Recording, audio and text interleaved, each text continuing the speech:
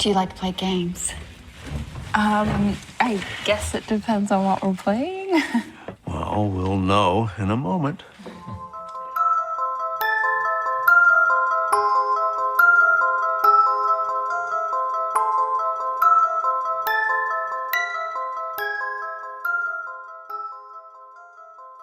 You're listening to Scotty and Andrew, and this is Fun with Horror.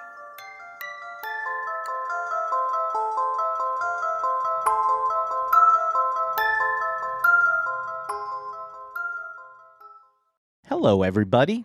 I'm Scotty, and I love cats. And I'm Andrew, and I love Scotty. Oh.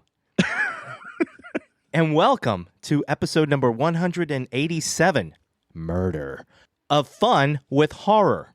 It's the most wholesome horror movie podcast in the entire world. This is the podcast in which two long-distance best friends, they stay in touch with each other by taking turns giving each other movies to watch and discuss. I got to pick the next movie, and I chose Ready or Not. Not the second one, the first one, Ready or Not. But before we jump into that, remember, the end of this episode, we are going to hear what Scotty picks for our next movie. And we might even hear some comments from our dear friends. But without further ado, hi, buddy. Did you get it, though? 187. I did. The Murder is murder. red rum, if you will. Well, that's not a police code, but yes. Oh. That would be 781. There we go. Oh, look at us. How you doing, buddy? I'm good, man. I'm good. Yeah. How are you? I'm I'm alive. I'm getting through it. Hey, I get you. Just watching birds. I do love bird watching, though. I'll be honest. Wait, you really do watch birds? But that's a thing. I actually do really like birds. I know. We were just talking about our favorite birds before we hit record. We sure were. What a fine flock we talked about. It was a fine flock that we did talk about. A flock is a whole bunch of birds, Andrew. And you know what? A whole bunch of crows is a murder. Full circle. Full circle. Look at you. This is why I'm just like the guest host on this, and you're... That's not true at all. And for everyone that listens, I think they know who does most of the work around here. Let's be honest. Andrew, the king of podcasts. Not even a little. Scotty does... I mean, you know what? I'm just going to go on a tangent. Scotty does so much work for this podcast, everybody. He's the best. Like, he makes sure that this thing keeps going and rolling because Lord knows I can't carry on a conversation when it comes to podcasts. Like, I can, but then I just stop. And Scotty's there. Like, he knows exactly what to do. He's such a great host. And gosh darn it, he's just the best friend. Thank you, buddy. You're welcome. You have better facial hair, though. I don't know. You look real good with facial hair, buddy. Look at how patchy mine is. I'm like patchwork quilt over here. You look good. I'll say that. You look good. Man, I wish I had a patchwork quilt. That would be cool. That With would be horror cool. movies as each square.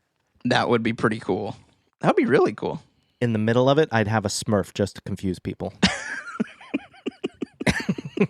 You'd confuse most people, then you get that one guy that's like, I get it. Yeah, hell yeah. Yeah, makes sense. It symbolizes the horror of life and society with you as the lone wholesomeness in the middle. The little blue guy without pants. Wait, do Smurfs have pants? They do. They have pants. Okay. They don't have shirts. Yeah. Thank you. Okay, I am like a Smurf. Yeah. I like this episode. Yay. Yay. Well, I'm going to bring you down Oh, gosh. Okay. and talk about something normal. Guess what I did Monday night? Ooh, what'd you do? I went to see Fright Night in a theater again. Yay. But this time, so remember I went to see it in like October and I saw it in an Alamo Draft House. Right. Yeah. And I'm not going to go on a rant about Alamo Draft House right now and how they encourage using your phone during movies. I'm not going to do that. I'm not going to do it. However, there is a thing going on at the Egyptian Theater in Hollywood right now. It's a promotional thing for this new show on Netflix called The Burrows. Have you heard of it? I have not. I don't know this one. I've heard of it now. But basically, the creators wanted to put together a program of movies to play over a couple of weeks that inspired them when they made the show. And these movies are like Fright Night, E.T., The Goonies, The Lost Boys, Cocoon. Good one. And even Ocean's 11, which... Wow, okay. It basically the only movie that I didn't really feel like I had to see in a theater. I would go see all the other ones, though, if I could. But right. Anyway, so I went to see Fright Night, and let me tell you, buddy, it was playing in 4K with an amazing sound system. It was nice and loud, and it was beautiful, and it's the best experience I've had watching that movie. Wow, that's awesome. That's really cool. I wish you were there. I would have loved to have gone and seen that one with you, man. For real. I get it. You did the Fright Night thing. I did it. I couldn't help it. But I would have. 4K sounds really cool with that one. I bet that was really stunning because that's such a fun one. It was gorgeous. Almost as gorgeous as you. You knew I was going to do it. You knew I was going to do it. I knew it. My cheeks were getting red already. And to steal a joke from you. For real. And I stole it from Fright Night. Hide and seek right there. Yes, indeed. Those are the rules. Okay, so who hides and who seeks? Well, it's your initiation, my dear. You get to be the one to hide. Ready or Not was released August 21st, 2019, and it is directed by Matt Bettenelli-Olpin and Tyler Gillett. It's written by Guy Busick and R. Christopher Murphy, and stars Samara Weaving as Grace, Adam Brody as Daniel, Mark O'Brien as Alex, Henry Cerny as Tony, Andy McDowell as Becky, Melanie Scrofano as Emily, Christian Brune as Fitch, Elise Levesque as Charity, Nikki Guadagni as Aunt Helene, and John Ralston as Stevens. That was beautiful. Thanks, buddy. A lot of names this time. Andrew. Yeah. You picked this movie. I did. Because you wanted to talk about it on the podcast before we at some point talk about Ready or Not 2. Correct. Yes. So without spoilers, why don't you tell us, what do you think of Ready or Not? I'm going to jump back to our 10th episode when we did our top 10. And I'm so disappointed in myself that I did not put this movie in my top 10 because I love Ready or Not. Well, let me tell you something, buddy. You may have a chance to correct that sometime soon. I think you might be right. But, buddy, we know what I think. What do you think of Ready or Not? Well, you had told me that you've seen this movie quite a few times. Correct. I was excited because before I watched it for this episode, I had only seen it one time. Wow, that's awesome. So it was very much a fun time watching it again. And I gotta say, I didn't really change. Well, when I looked it up on Letterboxd, I believe the first time I gave it 4 stars. Okay. And I think it's about a 4.5 for me now. I think it went up a little bit. Nice. I still pretty much feel about the same as I did the first time. It's a very fun movie. Mm-hmm. I like it a lot. It's great. Even watching it repeat times, it's still a fun watch. So nice. There you have it, buddy. Look at that. But now, Andrew. Yes. And everybody, it's time for our spoiler warning. And that's followed immediately by our trigger warnings. So if you haven't seen this movie and you don't want a single thing spoiled for you, this is the point of no return. Feel free to pause this episode and come back after you've watched the movie. But before we talk about the rest of the movie, we'd like to let you know of any major trigger warnings, inspired, of course, by the website doesthedogdie.com. As we know, nearly every horror movie inherently has triggers. but there are some that we would want to know about before watching a movie, and we're here to let you know about those before we spoil the rest of the movie. Andrew, my friend. Yes. Are there any animals in this movie? Yes, there are a number of goats in this movie. Do the goats die, Andrew? They are actually dead when we see them. We don't see their deaths, but we do see their bodies after they have died. So there are dead goats, yes. All right, well, thank you for that. I appreciate it. I don't think there's any other huge triggers in this, aside from normal horror movie triggers. So I'm going to pull something out right now. Whip it out, buddy. It's out. Oh, yeah, it's a 20-sided die for everyone that can't see. Orange. And for those that don't know, we're about to do a 3-minute recap. Scotty's going to roll one die, excuse me. And if it lands on an even number, Scotty's going to give you the best 3-minute recap you've ever heard. And if it lands on an odd number, I'll give you a pretty mediocre 3-minute recap. But without... Buddy, you like this movie more than I do, so I think you're going to give it a pretty good 3-minute recap if it lands on an odd number. Maybe. I don't know. We for everyone that didn't hear last episode, you might want to go listen to that 3-minute recap. Okay, but to be fair, you watched this movie just a few days ago. True. It had been a few weeks since you'd seen our last wonderful movie that we talked about. That's true.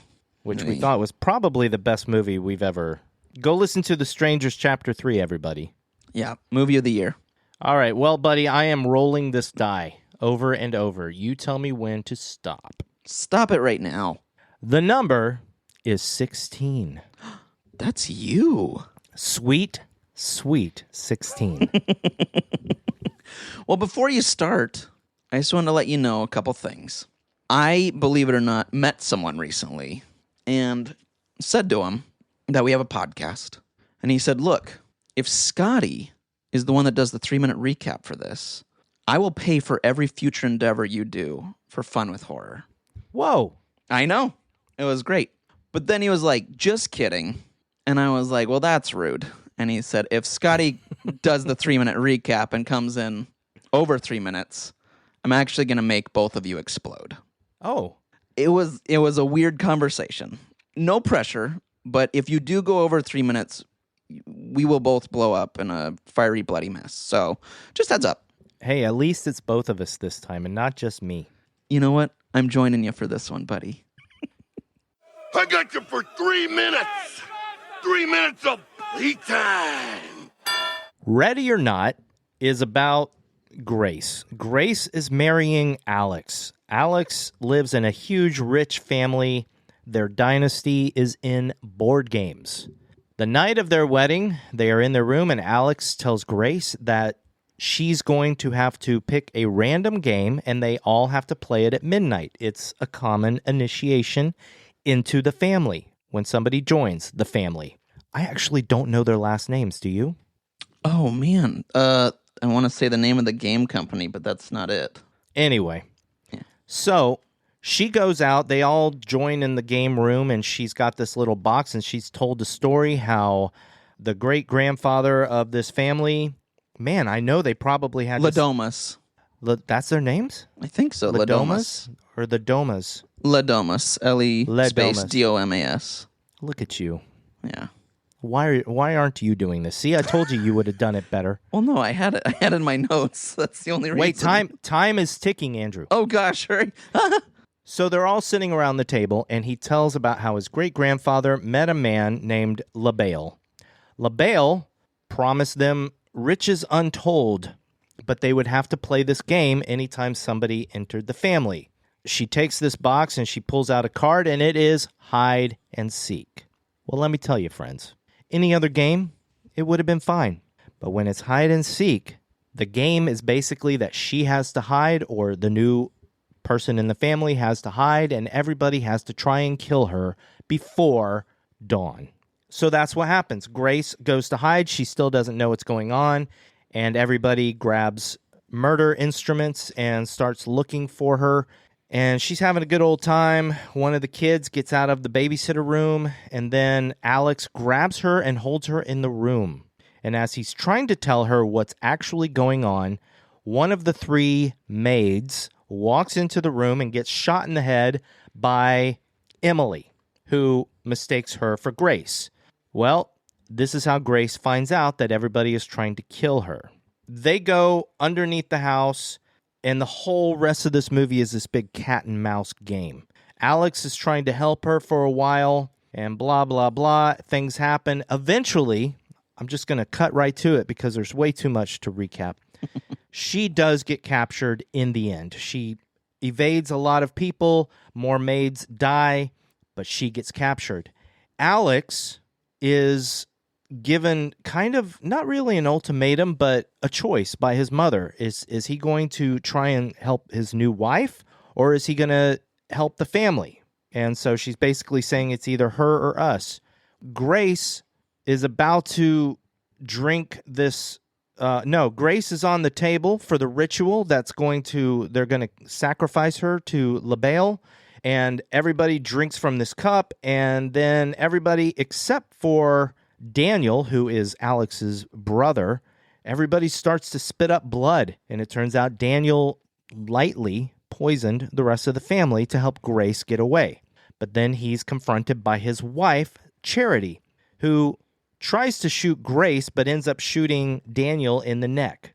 Grace gets away, but then Alex comes down and he walks in right as Grace is killing his mother being Becky. The choice given to him by his mother, seeing his brother dead, seeing his mother killed by Grace, he betrays Grace and turns her over to the family. So now she's back on the ritual table, and Alex is actually the one that's about to kill her.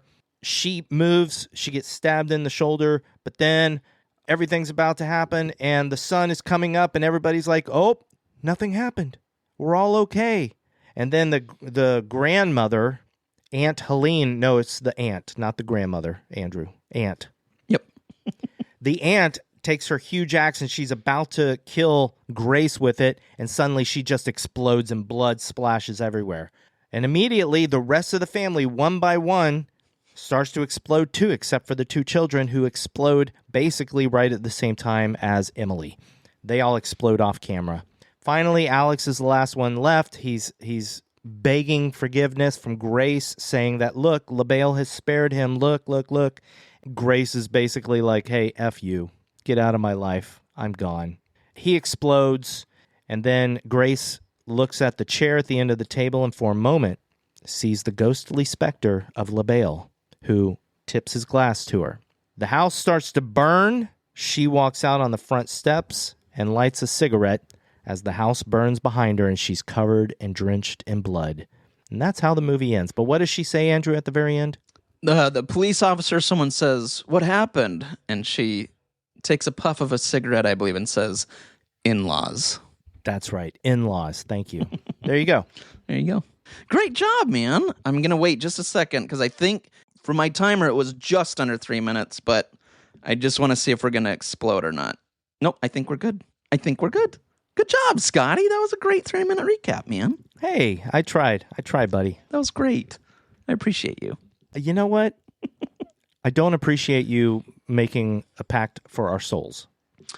I did it for the podcast. Would you say this is a 5-star movie for you? Yeah, I would. I love this movie. We've talked about this before on the podcast where I'm like, this is a fun movie. Like, this is a fun with horror movie. I enjoy horror movies that have some humor in it, like this or Cabin in the Woods, or, you know, that has some comedy, and it is always fun for me. So this is one of the ones that I don't have quibbles. So I'm curious what yours are if you have any, but I love this movie. Well, I do have 2 tiny quibbles, buddy. Okay, please. I want to hear them. And I feel kind of bad about one of them. That's all right. So I'll start with the other one first. One of my quibbles, it's just teeny, but it is distracting to me. When Grace falls into the goat pit, yes, there are flies flying all around her, and it's very obvious that they are CG flies. Oh, fair enough. It's a very tiny quibble, especially given that this is a movie where they very much tried their hardest to do almost everything practically. Yeah, I agree. I feel bad about this one, though. Just do it, man. Like a Band-Aid. I felt this way the first time I saw it, and I felt this way this week when I watched it. I dearly love Samara Weaving. Yes. I think she's fantastic, and Agreed. I love to see her in any movie she's in. Her scream, though. Oh, really? Yeah, it bugs me after a while. Wow. I get that I'm going to get daggers thrown into my back for this because it's like her trademark, basically. Right, yeah. But after a while, I'm just like, okay, like there's too much. It's All too right. much for me. That's okay, man. You know what? I feel that way. I'll get in trouble for this, so I'll jump in too, because I'll say this. I feel that way a little bit about not necessarily the screaming of the person, but all the screams in the Texas Chainsaw Massacre. The original. Oh. It was so much that I was like, this is too much. Which maybe they were going for that, so you get a little uneasy, but... See, that's the difference for me. In Texas Chainsaw Massacre, I feel the exact same way, but the fact that those screams start to grate on me, I think is an intended effect of that movie. Right, yeah. And it's supposed to make you feel incredibly uncomfortable. Now, I don't think that they had people living in apartment complexes in mind when they made Texas Chainsaw Massacre, because I've talked about this before, but whenever I watch it here in my apartment, Yep. I get really self-conscious because there's so much screaming for such an extended period of time that I do really start to worry if my neighbors are wondering what's going on. Yeah, I get that. I get that with that movie. But back to Ready or Not, it's not her fault, and I know people love her scream because it is so distinctive from other screams in horror movies, and Yeah. I love that. Just for me, it distracts from the movie a little bit getting close to the end. I still think her acting is incredible. Yeah. Her frantic acting when she gets up after she gets stabbed in the shoulder by Alex is perfection. Yeah. Yes. But she's also screaming at the same time she's doing that, and that distracts me a little bit. That's fair, man. I get it. I love her scream, so I'm on the other side of things, but I get it. I've had that before though, where someone does something and it's just too much. Other movies, where I'm like, okay, that's enough. So I totally get where you're coming from, but I do like her scream. Okay, let's go on to like everything that's good, which is everything else in this movie. Good. Yeah. LaBelle. I love it. Do you get his name? No. You never understood. You never got it? No. What is it? I don't know if I got it the first time I watched the movie, but the moment they said his name in this movie, I started thinking to myself, and I was like, oh my God.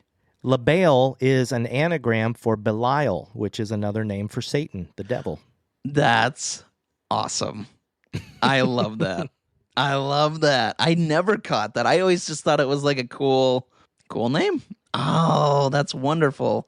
Yeah, I think I thought of it right at the beginning when they're showing the board games during the credits, and it says LaBelle's whatever. Yeah. And it even has like a devil face, That's like their mascot.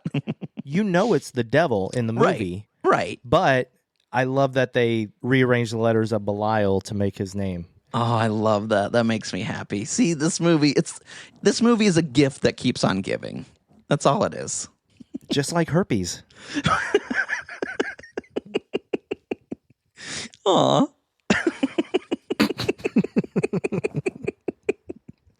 Aw. Herpes. Aw. Aw. Oh my gosh. All right, tell me what you love about this movie, buddy. Tell me about your first experience watching it. I want to hear this. So we watched it. We didn't see this in the theater. Cindy and I think, rented it because I think it was right around COVID time-ish. Maybe. I can't remember. But I don't think we saw it in theaters. I'm almost positive of that. But we watched it at home. Yeah, I know we did. We watched it at home because afterward we were like, that was really fun. Like, that was way more fun than we were even expecting. We were just like, oh, cool, a new horror movie. Let's try it out. And afterward we were just like, what a good time. Like, that was We liked the cast. We liked the story. We liked the crazy outcome at the end. Like, everything just worked so well that we're like, that was unexpected. And I remember telling, I think, like, my brother or sister, or just other people, like, yeah, this is a fun movie. Like, you guys got to check this out. This is I think we told my sister, because I don't think she's not like a horror fan. But we were like, but it's comedy though too. Like, I think you'll enjoy it because there's a lot of laughs in it. And they liked it. Like, everyone kind of just fell for this movie. So I love it. Oh, that's great. Yeah. What about you? You said you saw it in theaters? No, I saw it at home. Okay. I watched it here. And one thing that's interesting, did you know that the very first draft of this movie's script ended differently? It ended with Grace dying. It was dark. Oh, I did not know that. The first draft of this movie was a dark horror movie. Wow. When Radio Silence, or Matt and Tyler, came in, and then Guy Busick and R. Christopher Murphy came in to write it, or to rewrite it. No, I think it was Matt and Tyler. They came in and they wanted it to be more fun. Mm-hmm. And they had the idea of everybody exploding at the end and Grace being the last one alive. Evidently, the studio warmed up to that pretty quick and liked that a lot. So good for them. It's about time some studios listen. Yeah, they mentioned a couple of other things, and I can't remember what it was. They mentioned that after a couple days, the studio was kind of iffy. Oh, they were iffy on Aunt Helene's whole look and demeanor and everything. Oh, I liked it. Yeah, I know you did, but you're not the studio. You're right. Touche. No, the studio had concerns. Oh. But then once the movie was edited and put together, Aunt Helene was their favorite, character in the movie. So, yeah, and that just bugs me. It's like, dude, just let them make their movie. Yeah. Wait until it's finished and then see what you like and don't like. And also, just shut up. Yeah. People know what they're doing. It's not all about you guys. Okay? Yeah. Knock it off. Sometimes Ron Howard wants to make a 3-hour movie. And you let him. That's a studio reference. The studio. I did get that reference. Yeah, I knew you did because you've seen it. I did. Oh boy. So, I really don't. You got to lead here, buddy. Because I'm jumping in, man. I'll jump in. One thing I want to bring up that we didn't talk about in the 3-minute recap is the intro scene, because we get kind of a preview of what this movie's about. What did you think of that opening scene? It was good. It was fun. Okay. I liked it too. I mean, I don't remember if I knew. I think I knew what the movie was about. I think I knew that it was about a game of hide and seek where they were really trying to kill somebody. So that wasn't a big surprise. I think what the opening really does is it just gives you a tiny bit of insight into Aunt Helene and also into the two brothers' relationship. Yes. Yeah. That's a good way to say that. I have another question then for you. While watching this, did you... Because you do kind of wonder throughout, like, are these people crazy? Like, the story, sure, that has been passed down, but is this really a world where the devil exists or not in this movie? So throughout, did you think, oh, they really, like, they are going to explode, or something's going to happen if they don't? Or did you think, no, they're just crazy rich people? I didn't. The first time I saw this movie, I didn't. That was part of the excitement. Nice. In fact, I think that's why I didn't watch it again for so long, even though I loved my first viewing, was because one of my main enjoyments of the movie was that ending. Nice. Because I remember thinking, oh, what's going to happen? Is something going to happen to them, or is this all just a big joke or put on or whatever? And then I just was not expecting them all to suddenly explode or implode or whatever they did. Yeah. No, I think I was the same way, because you do go back and forth. At least I did, where I was like, okay, maybe this is real. Maybe this is, but I'm like, no, they're just like crazy rich psychopaths that believe something that's not. And then, so I had the same reaction when it did happen. I wasn't sure. It was one where I did not know how it was going to end. But when they did blow up, I had the same like, oh, cool. You know what? That pretty much proves to me that I did not rearrange the letters in LaBelle's name the first time I saw it. Oh. Because if I had rearranged the letters in his name and if I had thought, oh, it's an anagram for Belial, I would have known that something was going to happen at the end. Ah, interesting. Look at you. Because it's the devil, for sure. Yeah. Yep. But yeah, I was worried about watching it again. I was like, with the surprise gone, am I still going to enjoy the rest of the movie? And the one thing that I totally forgot watching it this time was that hardly anybody in the family is actually killed during the movie. I kept envisioning in my mind this movie where she's trying to get away and she's killing the family before the rest of them can capture her at the end. And really, the maids and the main housekeeper guy are the only ones that really bite it. Yeah. And then, of course, Daniel and the mom. Right. By the way, Andie MacDowell, how amazing was that? Dude, awesome. I love seeing Andie MacDowell. I'm always a fan, so that's fun. She's so good. She is good. And her daughter's being such a scream queen now as well, which is amazing. And who's her daughter? Oh, man. I can say the main girl from the Substance... Oh, Margaret Qualley? Margaret Qualley. Thank you. Yes. That's her daughter? It's her daughter. Yeah. I had no idea. Isn't that cool? I know. I was like, that's pretty cool. That is amazing. Yeah. I know. And if you watch, there's a show called Made. They're in it together. And when you see them in the scenes together, you can see. You're like, oh, yeah, you're related. Like, it's interesting to see. Oh. Yeah.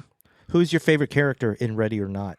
I would say if we're talking the family, then I'm going to go with Daniel, played by Adam Brody. Really? Yeah. And I think part of it, though, I'm a little bit...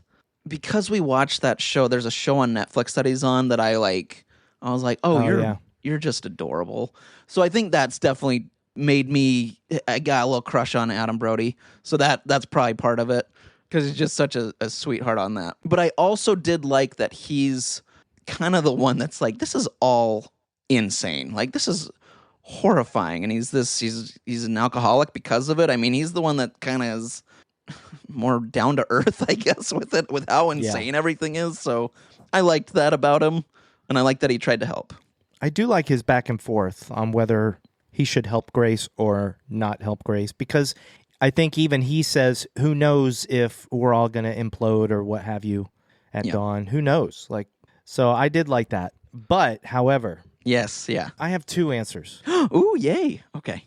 Before I watched the behind the scenes, I think Emily is my favorite just because how she accidentally kills two of the maids. Yes.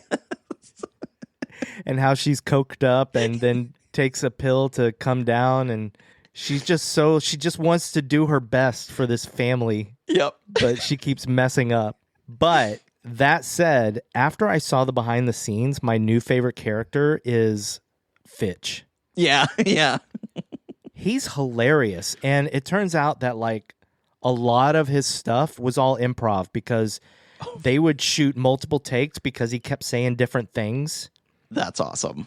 And one of the things he says is when after Emily shoots the maid and he's following her, he's leading her around the pool table, and he says something like, well, let's go find the last maid so she can clean up this mess. That was totally made up by him on the spot. That's awesome. And they went with it. The guy is funny. And I also have to say, buddy, the gag reel for this is one of the better gag reels I've seen because I'm so tired of having a gag reel included with a movie, but then it's just like the actors going at the camera or making stupid faces. And I'm like, dude, you guys have forgotten what a blooper or a gag reel is. Yep. But this gag reel is almost fully actors not being able to hold in their laughter. Awesome. Like when Fitch goes up to Alex and Grace and he introduces himself to Grace and then he looks at Alex and he says, good job. Yeah. The way he does it, Alex and Grace just kept laughing at him. They were just laughing their asses off. I love it. I've not watched that gag reel. I need to go watch that because I love gag reels that are good. Oh, you should watch the behind the scenes. It's 42 minutes and it's a whole behind the scenes thing, and you You would like it even more than I did because I was watching it for research, but if this is like one of your favorites, then you would love it. I should do that. This is one that I will actually do that. Real quick, speaking of Fitch, did you ever watch Orphan Black? You know what they call me, buddy? What's that? Once again, they call me first episode Scotty. That's one of the many TV series that I've seen the first episode and nothing more. Okay, fair enough. So I don't remember him in Orphan Black if he was in it. Yeah, he's a main character. So I honestly, everyone in this movie, I feel like there was a show I watched called The Revenge that I liked, and Henry Czerny was like one of the main people in that. Come on, dude. Henry Czerny was in Mission Impossible. That's true. I do know that. But I really liked Revenge. It was it was my kind of guilty pleasure show for a while. So I was always like, oh, I like him. Dude, I do want to bring up one thing with you though, because I thought about you a few times in this, man, and not in a good way. I felt a little bad. Oh no, there's quite a bit of smoking in this movie. Oh come on, I could deal with a little bit in this movie. Come on, I know, buddy. I did. I was like, oh man. There's everyone just keeps popping out cigarettes. I was like, oh, Scotty. I mean, it did bother me at the beginning a little bit, I'll admit. When Grace and Alex are smoking at the window, I'm like, dude, you're about to get married. Your dress is now going to smell crappy. Yeah. And then she's sitting smoking with the mom, and I'm like, ah. Yeah, I get it. But I like the cigarette at the end. That was great because she's covered in blood. Yep. It's perfect. So, what did you think of, because I love, and I like, after seeing this again, I was like, man, I would kill if like NECA made a action figure of Grace, because I loved her style. Like I loved the dress ripped. I loved the Converse that she wears. I just thought she looked cool. I was like, she looks so good. What'd you think? Did you like the moment where she puts on her Converse and everything and starts looking more ready to go? Of course, but I have a question back at you. Oh, okay. What do you think of the fact that her iconic look from the poster is her holding a rifle with the bullets wrapped around her, and none of them work? Yeah. I think it's something she never really uses in the movie. It's kind of brilliant, though, because it's like, even if you see the poster, like, oh, she's gonna be blasting them all away, but it doesn't work. The gun doesn't. The bullets are for show, for decoration, which I think is great. I think that's a funny way to do that. So I love it. It also brings up something I actually do love about this movie, is that she is not a complete badass. Yeah, that's true. She does some very badass things in this movie, but she gets caught a lot. She does. That's like true. She gets caught by, what's his name? Rogers or Stevens? Stevens, I think. Yeah, she gets caught by Stevens. She gets caught by the brother, by Daniel. Then she gets caught by Alex. She just keeps getting caught, which ultimately leads to the greatest scene in the movie. But yeah. You're right. I will say, though, anyone that can get shot in the hand and use that hole to keep themselves afloat by putting it in through a nail, or putting a nail through her bullet hole hand, that's pretty badass, man. It is badass. Yeah, I mean, that's badass. And she punched a kid in the face, which was badass, too. Which I actually love that part, because that kid deserved it. He just shot her. He's a little snot. So I was like, yeah, punch that kid. But it's a different kind of badass. Like, it's a badassery to survive, you know, instead of like becoming Rambo. Right. That's all I'm saying. No, I know. I totally get it. I just wanted to bring up the hole in the hand because I thought that was pretty gnarly. How'd you like that all three maids got killed? I loved it. I loved it. I thought it was brilliant. I think the first two, just like, I cracked up because I was like, this is great. Like, this is not what I was expecting from this movie. You know, it just was so silly and gory, and I loved it. I've got something that I noticed my second viewing. Okay. Actually, not even my second, but my third, that really, really, it hit home more. Oh. After repeat viewings. that is the fact that, of course, Aunt Helene is kind of funny because she's got that scowl. Right. And the part where she's sitting at the wedding and then everybody gets up and she notices the person next to her and she stands up, but she still just maintains that scowl. Right. It cracks me up every time. She's fantastic. I know. Yep. But the one thing that really hit home this time was that, man, no wonder she's pissed. After all these years, she is the only one of them who had to say goodbye to the love of her life because of this stupid game. Right. Until this night. And now she just wants to kill her because the rest of the family deserves this misery that she's been in. Right. I agree, man. I like that too. I think it's funny too that at the end she's kind of changed her ways as well of like, I was weak. She even says something like that. Now I know that we were always supposed to be doing this, or I should have never have thought like about love or whatever. I'm like, dang, you got dark. Like you got scary too at the end. My next question for you, buddy. Yeah. Had you seen this movie since we did any of the other 3 movies? Because we've done 3 other radio silence films. We did Scream 5, Scream 6, and we've also done Abigail. Right. Have you seen this since we did any of those movies? I don't think so. No. I don't think so. No. Did you have that in mind when you watched it this time at all? I didn't. Even though the style is very similar, like you can watch Abigail and Ready or Not and go, okay, there's some formula, that they're using. Yeah. But I think maybe too because this was like my first introduction to radio silence that I just didn't compare them, I guess, or it didn't hit me with those other movies. I just was more focused on this one. And like I said, maybe it's just because this was my first foray into them. I definitely thought of it this time just because the first time I saw this movie, I had no idea who these directors were. Mm-hmm. I had never even heard the words radio silence. I just knew Ready or Not. And then when we did Scream 5 or Scream, right, then I was like, oh, these guys, they did I think you told me, you were like, oh, they did Ready or Not. And I was like, what? Oh, that's amazing. Right. But then when we did Abigail, obviously, I think during Abigail, I was thinking, oh, this feels more like Ready or Not than the Scream movies do. Yeah. Yeah.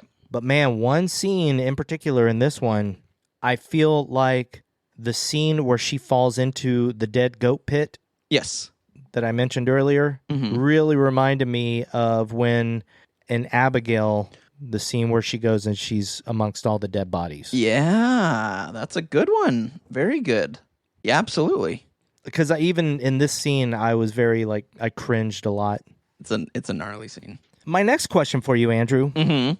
When you're texting somebody, yeah, and you're by yourself, do you ever read your texts out loud as you type them? I probably should because I send a lot of mistakes. There's a point to this. Do you? No. I would like to know, everybody out there, do you read your texts out loud to yourself as you're typing them when you're by yourself? Because this is a conceit in movies that is the teeny tiniest pet peeve of mine. Because I'm like, we can see what he's typing. Why is he saying it out loud? Yeah. Even though when Fitch is doing it in the bathroom, the way he says what he says is kind of funny. Right. Right. It just makes me think. It's the same thing like when people are on the phone and they hang up without saying goodbye. Yep. I never encountered that. I agree. No, yeah, that's weird, but I'll give it to him because he's silly. And I did love that he's watching a video of how to shoot a crossbow, which makes sense because I would probably go, I don't know how to set this up. I think those were the 2 writers in that video. I thought so. I knew it had to be someone because they just seemed like, I was like, they're either the directors or writers because I got the feeling. I just got the feeling. And when Matt and Tyler were talking about it during the commentary, they did say that they just asked for the video of them doing crossbows. And when they got the video, they were like, oh my God, because they didn't expect them to be all geared out in Robin Hood gear and stuff. So they did not expect that at all. It was so good. But I love it. I also love during that scene, Grace falls from the window, or jumps. I mean, she doesn't fall, but jumps. I love how fast she goes because it's so quick that I'm like, yeah, that would be how fast. I've seen other movies, I feel like, where people do that, and it feels a little slow, like you're supposed to see it. But hers was so fast, which felt more realistic to me. And they made a oomph sound as well, where I went, ow, ooh, that was a good jump. Did you pay attention to how all the different people were reacting to the situation? At the end? No, throughout the whole movie. Like how the different family members were reacting to what they had to do?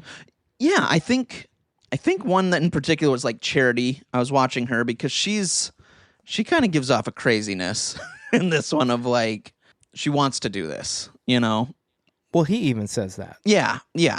Like when they're talking in the game room, in the pool room, the billiards room, he even says that when she found out what they had to do, she didn't blink an eye. She didn't even pause. She was all into it. Right. Yeah. Obviously, I already talked about Emily and how she is a bumbling idiot that just wants to... She's not an idiot. She's just a bumbling cokehead that wants to do right by the family. I liked very much the difference between a lot of them and Becky, Andie MacDowell. Mm-hmm. Yep. Because she doesn't want to do it, but she's resigned herself that they have to, and so she's kind of taking control. Yeah. Yep. I think Henry Cerny, or the dad, Tony, it is still like a game to him. Yeah. It feels like. Yep. I do like when they're picking up Alex's body after he knocks him out in the security room. Daniel is just so fed up with his dad, and his dad's like wants to flip a coin to see who takes what, and he's like, oh, just who cares? And then they go out and he's like, oh, I got to get my gun. And he's like, come back for it. Jesus, you know, and it's like so good. I know. The interactions between the family members. Yeah. With how they have to do all this is very, very good. Agreed. I agree. One moment that also stands out to me, this was something I started to really study on like a third rewatch and stuff, is the acting by Mark O'Brien as Alex. Yeah. There's the moment when him and Grace are in the bedroom and they're about to go down. Grace has no idea of anything. She's all, you know, oh, this is crazy, this is weird, but hey, I'll play a game with your family. You know, this is fun. I love that you can see in his face that he's telling her one thing, but you can tell what he's thinking, and it's not a part of acting that we recognize right away a lot of times. Yeah. But how difficult it is to get into a character so much that you're thinking something completely different from what your lines are saying. Yes. Yeah. I agree. I think he played that part so well, especially at the beginning, because he's hiding a lot, and he has a lot of fear and anxiety of what's coming up, but has to play the part. Yeah, I totally agree. I think he's, in all honesty, I mean, we've kind of highlighted people, but this is a great cast. This is a really great cast.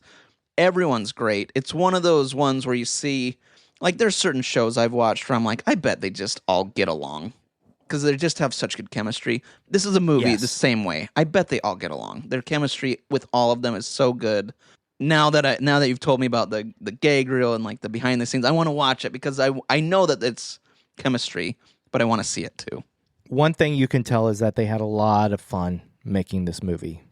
Not just their chemistry, like you mentioned, but that was a fun set. They were having a really good time. Nice. The commentary is the two directors, Matt and Tyler. Awesome. Okay. One of the producers, I forget his name, I'm sorry, producer. And then Samara Weaving. Oh, fun. Okay. Nice. So they're all there, and she's great. I'll say that the commentary is absolutely fun to listen to, but a lot of the stuff that they talk about is like, oh yeah, this was a set. This is the only set we used, blah, blah, blah. That, you know. Yeah. I don't have many behind the scenes notes that to me were interesting enough to actually write down. Gotcha. Yep. Most of it was like, oh, we had such a good time. You don't know it, but blah, blah, blah, you know. And I'm like, okay, that's interesting, but nothing that I want to say on the podcast. I get you. Okay, that's good to know. They did ask her at one point, when did you know that we weren't complete idiots? Basically. It was like a half joke. Yeah. And she says, oh, right away. I was in it from the beginning. Nice. I was so into this. So I love it. Oh, I have to say, speaking of her, she does a phenomenal American accent. Like, yes, I had no because clue. She's Australian. Yeah, I had no clue until I saw an interview and went, wait, what now? I mean, phenomenal. Yeah. Now, what did you think of the music? Literally, I was going to ask you that in just a second. So this one, I like the music in this, but the thing I love in this is the hide and seek song, man. Yep. Oh my god. Written for the movie. That's what I was going to ask because I did not do the research on that. I was like, is this a real song or is this for the movie? Yeah, again, they asked these guys, I forget what they're called, but they asked these guys for this song, this hide and seek song, gave them like an idea of what they wanted, and the guys came back, turned it around in just a few days and like said, what do you think of this? And they were like, this is perfect. Nice. And it is. It's so good. It works for that scene so well. And I love every shot in that scene as we're listening to the music. Do we see her hide? We see them get their weapons. It's such a fun scene. I get the same vibe I did, without spoiling another movie, but Talk to Me. There's another scene with a song, you know. I get that same vibe. I'm like, this is fun, but there's some messed up stuff going on, you know. Yeah, for sure. Mm-hmm. But with the score, besides that song, one thing I love is that these guys have gone back to Brian Tyler again and again. Nice. For their movies. Brian Tyler, who's done quite a few movies, including a small number of Marvel MCU films. Really? Yeah, he did Thor: The Dark World. He actually created the first Marvel logo music. Oh, whoa. That they used in Phase 2 of the MCU, as I push up my nerd glasses, before they started using Michael Giacchino's jingle. That's so. Brian Tyler also did, obviously, as I mentioned, he did Scream and Scream 6, and he did Abigail. What's cool to me is I love the themes in this one. Mm-hmm. I like the main theme. I can hear the similarities between this and especially Abigail. Oh, sure.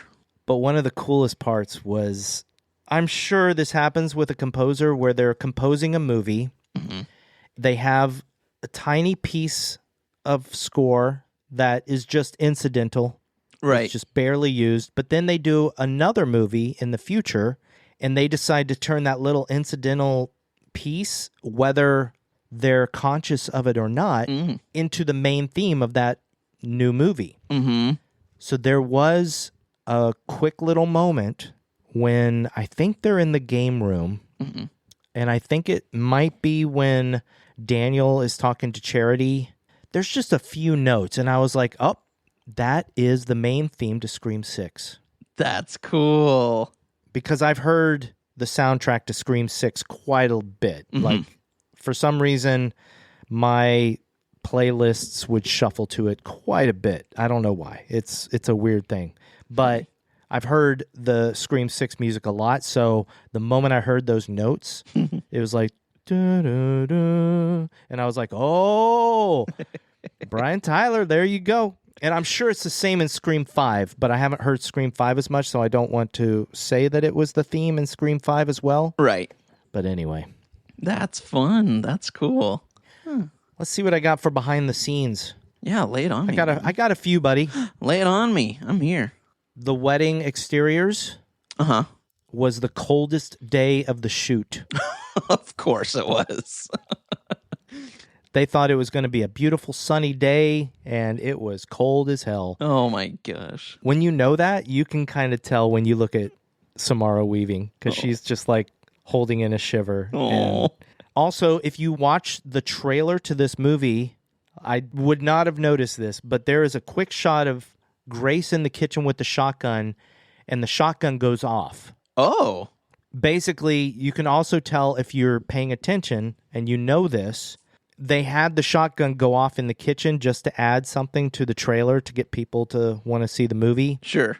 It's a very quick moment, and you can tell there's no recoil at all. Oh. So you know that they just put a muzzle flash and everything. Right. Also, the trailer once again gives way too much away. My God. Yeah, that doesn't surprise me.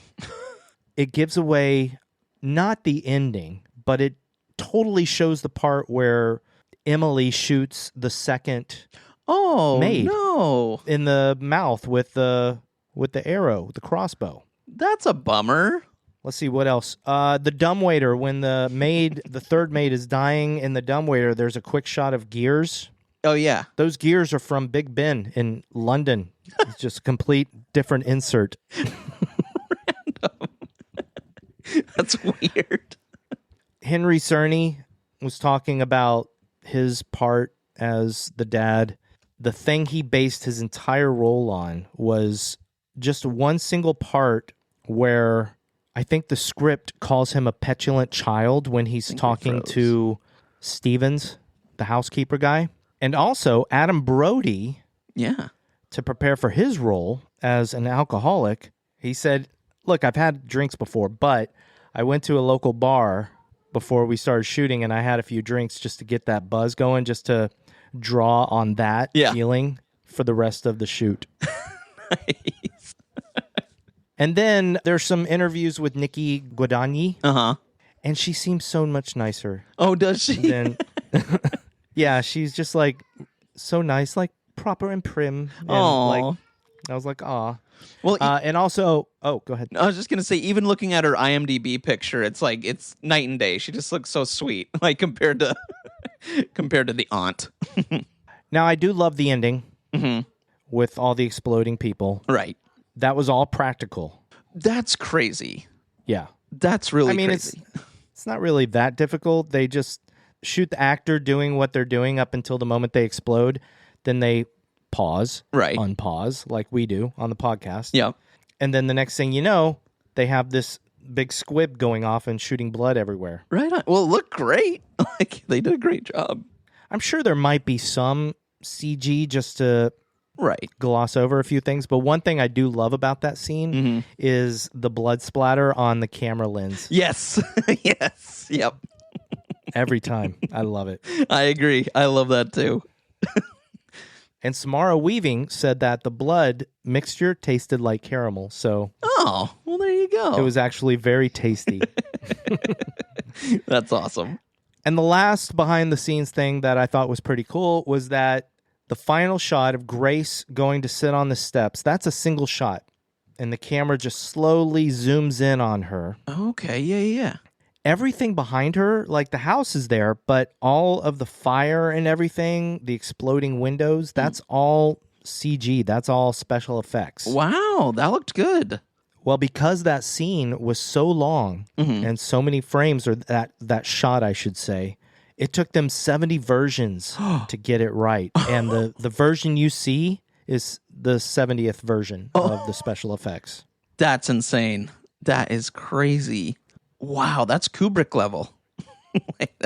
Yes, David Fincher level. Well, it wasn't 70 takes. Okay, okay. Yeah, not 70 takes. It was 70 versions that they kept getting back from VFX before it looked good enough. Gotcha. All right. That's still a lot of VFX versions. That's a lot. Yeah, they earn their paycheck that week.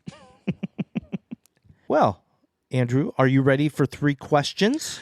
Let's do it. Who would cross the bridge of death must answer me these questions 3. Question number 1. What did you think was the best kill or death in Ready or Not? This one's tough because there's a lot of fun in this one, but I'm going to kind of cheat and just kind of lump them together with the explosions at the end, just because it was so like out of nowhere for me and they all just kept happening that I was like, oh my gosh, this is amazing. So I'm cheating a little, but I'm doing people blowing up. Okay. What about you, buddy? Well, since I'm a better person than you, true, I'm not going to cheat. And I'm going to say Aunt Helene, because she's the first person that explodes. And when you're watching the movie for the first time, that's the one that surprises you the most. Yes, that's true. I'm still cheating and I don't care. As you do. Andrew, question number 2. Yeah. Did you think this movie was scary? I didn't. I think there's so much comedy in this movie, or so much just wackiness, that it doesn't, for me at least, make it scary. I'm curious if there is anyone that's scared of this movie and why, you know? I would love to know. Like, if anyone listening it's scared them, I'm very curious. I'd love to know why. But not me. What about you? I think it's fun suspense. There you go. That's a good way to say that. Which in a way spoils our third question. Andrew, did you have fun with horror? I had fun suspense with horror. Whoa. Me too. Look at that. Oh, any sign of her? No, she could be anywhere.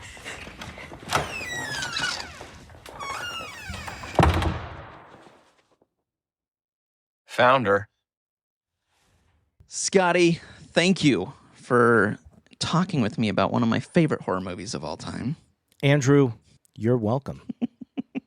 But without further ado, my friend, and full transparency, I already know the movie you're picking, but the people that are listening might not know. What are we watching next, buddy? What are we talking about? Well, as you know, one of my favorite movies that we've ever done is Titan. Yeah. Oh, yeah. So my next movie has nothing to do with that. We are going to watch Ready or Not 2. Here I come. That was perfect, man. That was perfect. Which actually, I need to say one thing that I didn't say during our initial talk. I don't know how this next one ends, obviously, but if we get a third one, it needs to be Ready or Not 3, Ollie Ollie Oxenfree. It rhymes. Okay. I'm just saying. Okay. Yeah. Oh, yeah. Sure. I feel like it needed to be said. You know what? You're right, buddy. Thanks. And now it's time to read a few comments from our listeners. Now, one thing we also didn't mention is we didn't mention. You're a mensch. You're a mensch. We didn't mention this in the beginning. We usually do these days, but we are recording this on May 14th. Yes, that's true. Not that anybody's paying attention, but it is exactly 1 week since we recorded our last episode, and our last episode has only been out for a couple days. True. So we don't have many comments, but we have a few still. Yes. Yep. I'm going to start us off, buddy. Please. With Spotify. Love it. We got a comment from our good friend Yuli. Aw, Yuli. I love this comment because we've been wondering, because Yuli's been commenting on older episodes and stuff. We were wondering if Yuli even knew that we read their comments online. Right, yeah. Yuli does know. Yay. Because Yuli says, "Hi guys, I listen from Indonesia." Oh, cool. That makes me think of Tom Waits, Andrew, because there's a song. I think it's "What's He Building" in there, and he says, "Is he from Indonesia?" And I don't know. It just makes me think. Anyway, so I listen from Indonesia. Yuli says it's at the other part of the world. So you guys did reach the world. Good job, guys. That's awesome. And yes, I also like Aquaman 2, despite the Amber Heard case. I always love Patrick Wilson and Jason Momoa. Love you guys too. Aww. Yuli, thank you. Yuli, thank you. That's so cool. I love that. Thank you so much for listening. Man, all the way across the world. This is so cool. Thank you. Yeah.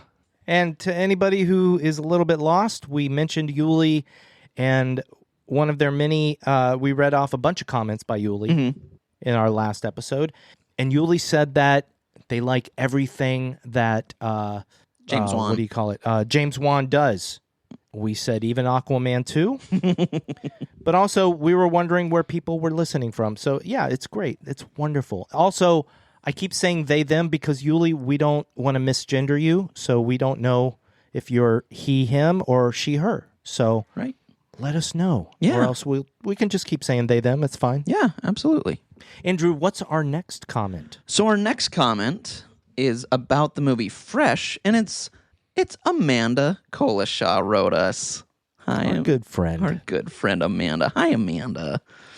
And Amanda says, I finally watched Fresh knowing pretty much nothing. My only hint that it had anything to do with horror was that Dead Meat covered it as well. Skipped their coverage of it because I wanted to see it. Took me way too long to get to it, but loved it. This was fun to listen to. The 3-minute recap was new. Oh, that's fun. Or I guess you could say fresh. Okay, I'll see myself out.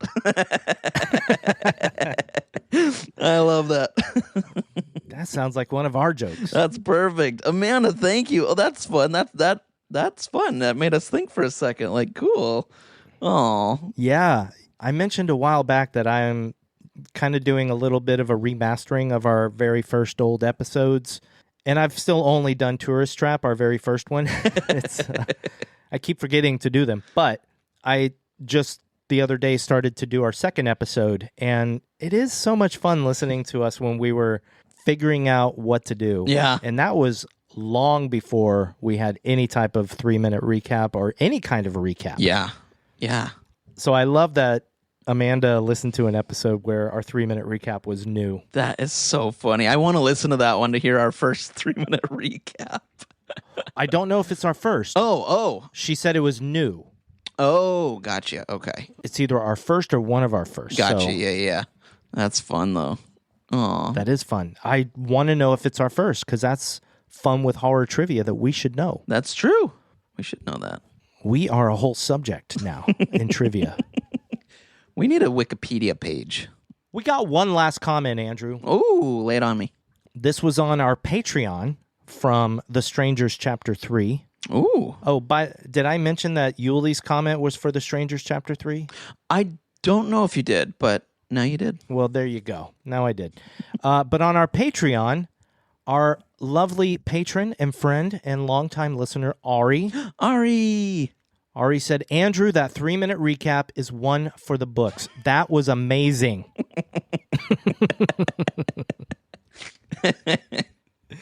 As much fun as it is to listen to you both discussing a movie you liked, it's hilarious to hear you talk about a bad movie. Watching it might not be fun for you, but the episode is always a gem. Thanks, guys. Much love. Oh, thank you, Ari. Yeah, that 3-minute recap. Thank you. Yeah. But thank you. That is a very sweet comment. That's awesome.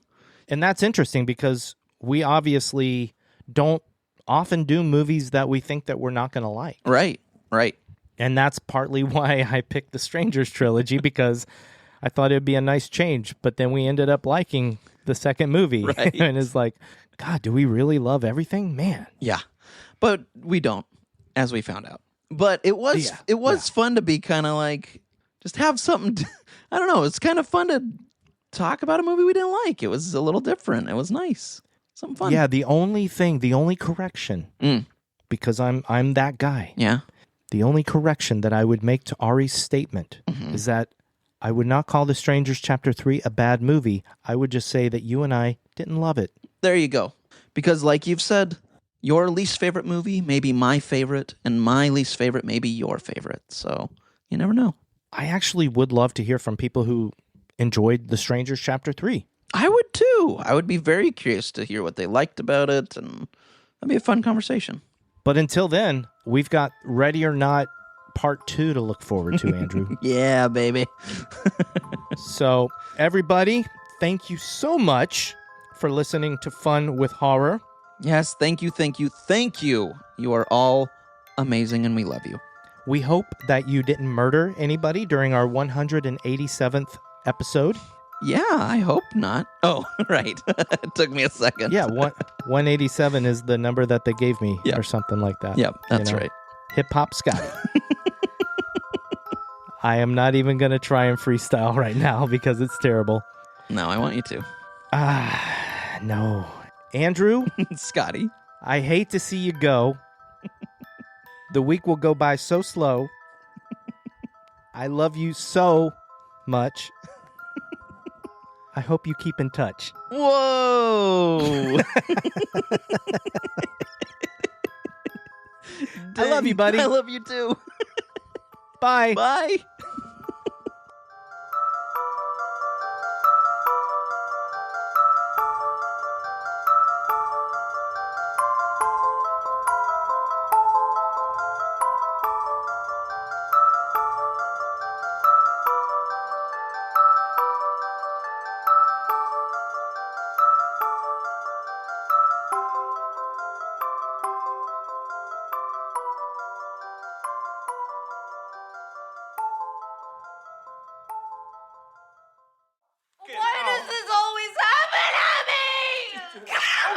Okay, calm down.